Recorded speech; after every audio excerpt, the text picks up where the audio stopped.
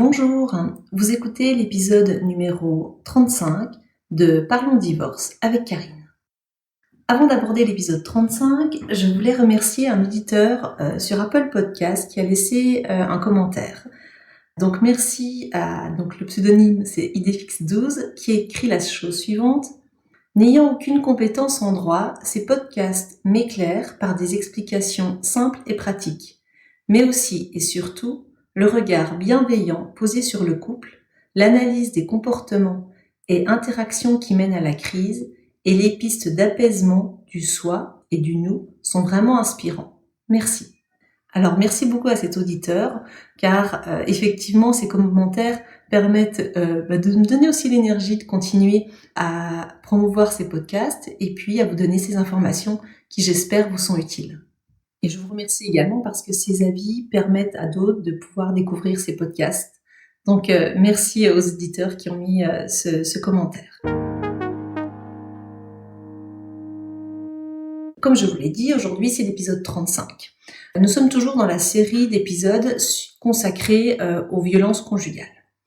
La semaine dernière, dans l'épisode 34, nous avons pris le temps d'identifier quelles étaient les différentes formes de violences conjugales. Après les avoir identifiées, maintenant c'est de savoir comment est-ce qu'on réagit. Quel est le comportement à adopter face à ces violences conjugales. Alors je ne sais pas si vous vous souvenez, je vous ai parlé d'un outil très important, utile en tout cas, le violentomètre. C'est un outil qui permet de comprendre que les violences montent généralement crescendo. Et je vais insister sur un point, c'est de ne pas hésiter immédiatement, dès le départ, à ne pas accepter un comportement qui rentre dans les violences conjugales. C'est-à-dire qu'il faut dire non très tôt. On a tendance à croire que ça va s'arrêter, finalement c'était pas si grave, donc on ne dit rien. Et c'est là l'erreur majeure, c'est de ne pas mettre ce que j'appelle sa barrière de protection autour de soi. J'ai très souvent cette image, quand je reçois des clients en rendez-vous et qu'on est dans ce fonctionnement-là, je leur dis mais vous devez mettre autour de vous votre barrière de protection. Et c'est quoi une barrière de protection ? Une barrière de protection, c'est la capacité de dire non lorsque quelqu'un a un comportement déplacé vis-à-vis de vous. C'est la capacité de dire non, je n'accepte pas la façon dont tu me parles. Non, je n'accepte pas ce que tu me demandes parce que ce n'est pas respectueux de ma personne. Et cette capacité à dire non, elle est extrêmement importante. C'est comme poser des limites avec des enfants. C'est pouvoir dire non, ça on n'a pas le droit. Et ce dont on n'a pas le droit dans une relation de couple, et j'en dire même d'amitié dans une relation de travail, c'est le manque de respect. Et d'où l'importance de dire non tout de suite, dès les premiers signes, avec les premiers comportements qui ne semblent pas respectueux. J'ai des clientes, je leur donne une image un petit peu pour les bousculer, je leur dis mais on doit vous traiter comme une princesse. C'est-à-dire que pour pouvoir leur mettre l'image dans leur tête en disant mais on doit toujours bien vous traiter. Et ça semble évident quand on le dit comme ça, mais si vous saviez le nombre de situations que on peut rencontrer où finalement on accepte qu'on nous parle pas bien. Tout être humain qui est sur Terre a droit au respect. Et quelle que soit sa situation, quel que soit ce qu'il a pu faire ou autre, on lui doit le respect. Ça ne veut pas dire qu'on est d'accord avec tout ce qu'il a dit ou autre, mais on lui doit le respect. Et il est interdit de tomber dans les violences conjugales. Alors, pour pouvoir avoir ce que j'appelle cette barrière de protection, c'est vrai que c'est important de travailler sur l'estime de soi. Parce que moi, je le vois beaucoup finalement dans ces fonctionnements où la violence conjugale se met en place, c'est souvent parce qu'il y a un manque d'estime de soi. Alors c'est pas facile à travailler ça, mais il y a des psychologues qui peuvent aider pour revaloriser, pour pouvoir prendre soin de l'estime de soi. Moi, il y a un autre outil que j'utilise aussi pour faire prendre conscience que la situation n'est pas normale. J'appelle ça prendre de la hauteur sur une situation. Donc quand on est dedans, c'est dur, on a la tête dans le guidon. Et moi je dis toujours, mais prenez de la hauteur. Regardez la façon dont votre mari ou votre épouse vous parle. Si c'était votre ami qui était dans cette situation-là, c'était votre meilleure copine qui se retrouve dans cette situation, quel conseil vous lui donneriez ? Qu'est-ce que vous lui diriez à ce moment-là ? Et en fait, souvent, on se rend compte qu'on lui dit, bah non, tu peux pas accepter ça. Ah bah non, c'est pas possible, tu veux pas te laisser faire comme ça. Donc, souvent, j'essaie de dire, mais soyez votre meilleur ami pour vous-même. Soyez la meilleure amie qui vient dire, non, non, mais là, attends, tu peux pas laisser dire ça. Tu peux pas le laisser agir de la sorte. Tu dois dire non. L'importance de pouvoir mettre cette barrière de protection autour de soi. Et de ne pas non plus, souvent on cherche à justifier le comportement de l'autre en disant oui mais il était fatigué ou autre. J'insiste, rien, absolument rien ne peut justifier un comportement déplacé, soit verbalement, soit physiquement. Rien ne le justifie. Et il est important de dire non très tôt pour éviter cette augmentation, cette montée en cascade. Et on peut le dire toujours très calmement, hein. On peut dire, ben non, j'accepte pas ça. Non, je suis pas d'accord avec ça. Vraiment, poser ses limites, c'est important. C'est se respecter soi-même. Et puis, je vais plus loin, c'est peut-être rendre service à l'autre aussi, que de dire non. Le couple, il partira forcément à la dérive si on n'est pas capable de poser des limites. Si on n'est pas capable de mettre autour de soi un système de protection. C'est comme ce que j'appelle une zone qu'on franchit pas. Dès qu'on finit par mal parler autre, non, ça on n'a pas le droit. On ne franchit pas cette limite-là. Et être exigeant sur cette limite-là. Vous vous souvenez le violentomètre, hein, on doit toujours rester dans la zone verte. On ne doit pas franchir la zone orange. Il y a un livre que j'ai découvert et j'en ferai d'ailleurs un épisode parce que je l'ai vraiment trouvé vraiment très bien. Un livre du sociologue Kaufmann qui explique des éléments indispensables pour le couple. Dans ces éléments indispensables, il parle de la confiance, la complicité et la reconnaissance mutuelle. Et quand on lit ces trois termes, hein, la confiance, la complicité et la reconnaissance, on voit bien que c'est à l'opposé complètement des violences conjugales. Toujours viser et être ambitieux sur son couple en visant ces trois objectifs-là. Votre couple, ça doit être ce que j'appelle un lieu ressource. Ça doit pas être un lieu énergivore. Et si on n'a pas ces ingrédients, hein, confiance, complicité, reconnaissance, attention, on est en zone de danger. Et attention, il faut réagir. Donc la première chose, c'est ça, c'est de mettre cette barrière de protection autour de soi. Et la deuxième chose que j'ai envie de vous dire, c'est d'arrêter de se bercer d'illusions, de croire que nous pourrions faire changer les gens. Je le vois ça régulièrement et je suis obligée parfois de me battre contre cette idée, de dire oui mais il va finir par changer. Et puis finalement avec tout mon amour, il va finir par changer. Non, c'est illusoire de le croire. On ne fait pas changer les gens. Vous pouvez vous changer votre propre comportement et voir si ça a une répercussion, mais vous ne pouvez pas changer l'autre. C'est-à-dire que vous pouvez mettre votre barrière de protection et voir comment il réagit. Soit effectivement, il comprend, il respecte. Ok. Mais à partir du moment où même avec votre barrière de protection, il n'y a pas de réaction, alors là, il faut adopter une autre position. Et donc, si cette fameuse barrière de protection que vous avez tenté de mettre, eh bien, malgré tout, l'autre continue d'essayer de la franchir.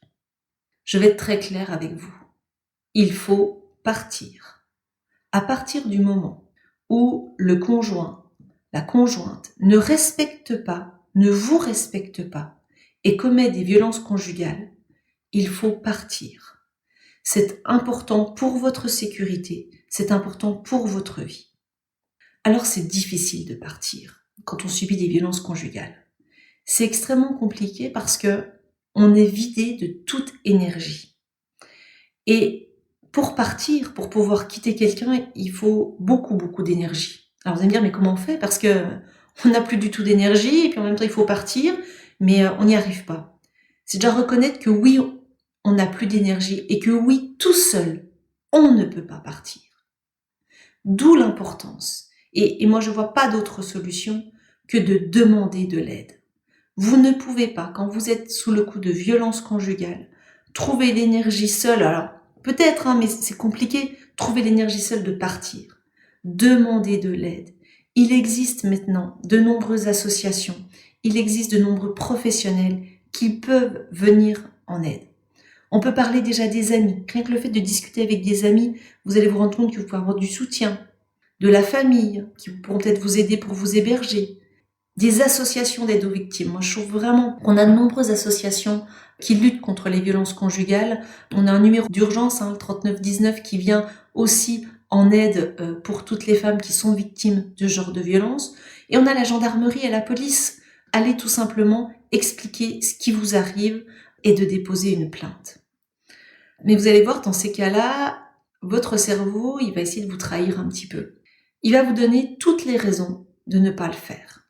Votre cerveau, il va venir vous dire « Non mais je peux pas partir parce qu'il y a les enfants, je peux pas partir parce que j'ai pas assez d'argent, et puis aussi tout simplement parce que j'ai peur. » Et ce sont ces 3 arguments qui reviennent souvent, les enfants, l'argent et puis la peur. Alors tout d'abord par rapport aux enfants. Je le dis très clairement, il est plus dangereux pour des enfants de rester dans un système de violence conjugale plutôt que de subir un divorce. Donc il faut enlever cette croyance qu'il est préférable de rester au sein du couple pour les enfants. Absolument pas. Laisser des enfants témoins de violence conjugale peut entraîner des conséquences extrêmement lourdes psychologiquement pour eux. Donc il faut les sortir de ce schéma-là. Il faut les protéger parce qu'ils subissent également ces violences. Donc l'argument des enfants n'est pas un bon argument. L'argument de l'argent. Effectivement, c'est difficile. Il suffit qu'on n'ait pas de travail, que ce soit monsieur qui ait le salaire ou inversement, c'est compliqué de partir. Vous pouvez aller écouter mon épisode 30 que j'ai fait à ce sujet-là. Je me suis un petit peu énervée et mise en colère quand j'avais entendu des propos qui disaient que quand on était au SMIC, on ne pouvait pas divorcer. Et dans cet épisode, je vous explique tout ce qui est mis en place au niveau de la loi française pour aider ceux qui veulent divorcer, même en ayant des moyens financiers très faibles. Donc aujourd'hui, on a un système français qui est fait de sorte que si vraiment on veut partir, si on veut divorcer, il est possible de le faire. Donc l'argent, pareil, c'est pas encore le motif qui devra vous retenir. Même s'il va venir dans votre tête, je le sais, votre cerveau va vous donner cet argument-là. Mais moi je vous le dis, il existe des solutions. L'autre élément qui va venir, et c'est le plus difficile, c'est la peur. La peur de se dire que l'autre va être encore plus violent. Cette peur, elle est naturelle et quand on a subi des violences, c'est normal qu'elle soit présente. Il faut l'accueillir, cette peur déjà, en prendre soin, et peut-être se dire que plus on attend, plus le risque va augmenter, et que ce n'est pas en ne faisant rien qu'on va contenir ce risque. Et il faut oser, comme je vous l'ai dit tout à l'heure, par rapport à cette peur, oser aller parler.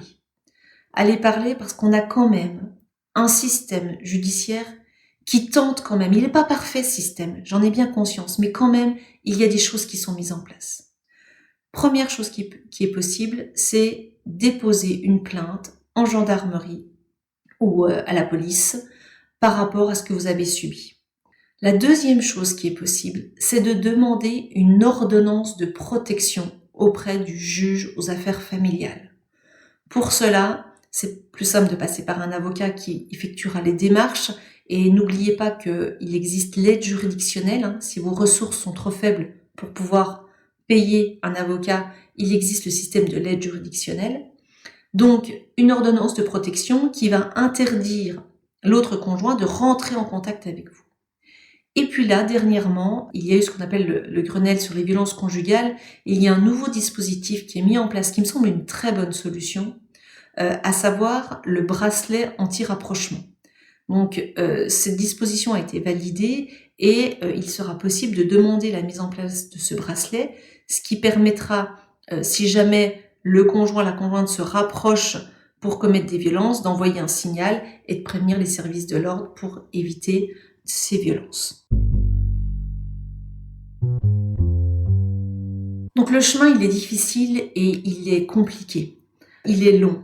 Et à mon sens, il est difficile de faire ce chemin tout seul, sans une aide psychologique. Acceptez d'aller parler, acceptez de vous faire aider par un psychologue. J'ai essayé de reprendre un petit peu ce qui me semblait les conseils importants à donner dans ce genre de situation. Maintenant, je voudrais aussi donner éventuellement quelques conseils à des personnes qui sont aux côtés ou qui peuvent côtoyer des personnes victimes de violences conjugales. La première chose qu'aura besoin une personne victime de violences conjugales, c'est que vous l'écoutiez sans la juger. Évidemment, elle le sait qu'elle doit partir. La personne qui subit ça se doute bien, mais si elle le fait pas, c'est que c'est compliqué. Donc plutôt que de juger le comportement, en disant mais je comprends pas, pourquoi tu pars pas, ça l'aidera pas. Si vous voulez vraiment aider quelqu'un qui subit ce genre de situation, écoutez-la, faites-la parler et posez des questions. En quoi tu as peur? Qu'est-ce qui t'inquiète? Plutôt que de venir tout de suite, je veux dire, balancer un conseil en disant mais tu devrais faire ceci ou cela. Être vraiment une source, être un lieu d'écoute sans jugement. Là, vous apporterez véritablement une aide à la personne qui est victime des violences conjugales. Parce que pour pouvoir sortir des violences conjugales, il ne faut pas que l'entourage vous dise « attention, c'est dangereux, il faut en sortir », il faut déjà le ressentir soi-même. Et pour que d'un seul coup, à l'intérieur de soi, naisse la force pour pouvoir partir.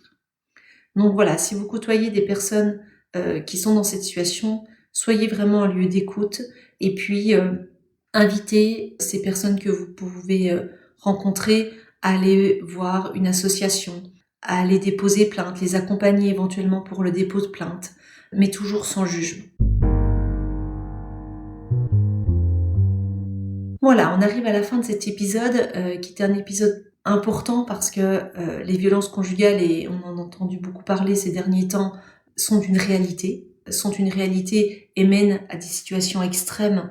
Il y a de nombreuses personnes, alors plus de femmes effectivement, mais ça concerne également les hommes. C'est pour ça que je parle bien de violences conjugales, pas uniquement sur les femmes, mais également sur les hommes. Alors effectivement, les statistiques sont là et ce sont les femmes qui sont le plus victimes de ces violences conjugales. On a un nombre effectivement important de personnes qui décèdent sous les coups d'une violence conjugale. Donc ce sujet est important et il me semble nécessaire d'en faire 3 épisodes, et la semaine prochaine, nous essaierons de faire de la prévention. Comment est-ce qu'on peut éviter d'arriver à ce genre de situation? N'hésitez pas à me faire part de vos observations, à partager cet épisode avec des personnes qui vous semblent peut-être de près ou de loin être dans un système de violence conjugale. N'hésitez pas à mettre également un avis sur Apple Podcast ou Spotify. C'est en écoute également sur Deezer. Ça permettra au plus grand nombre de partager et d'entendre ces informations. Je vous souhaite une bonne semaine et à la semaine prochaine.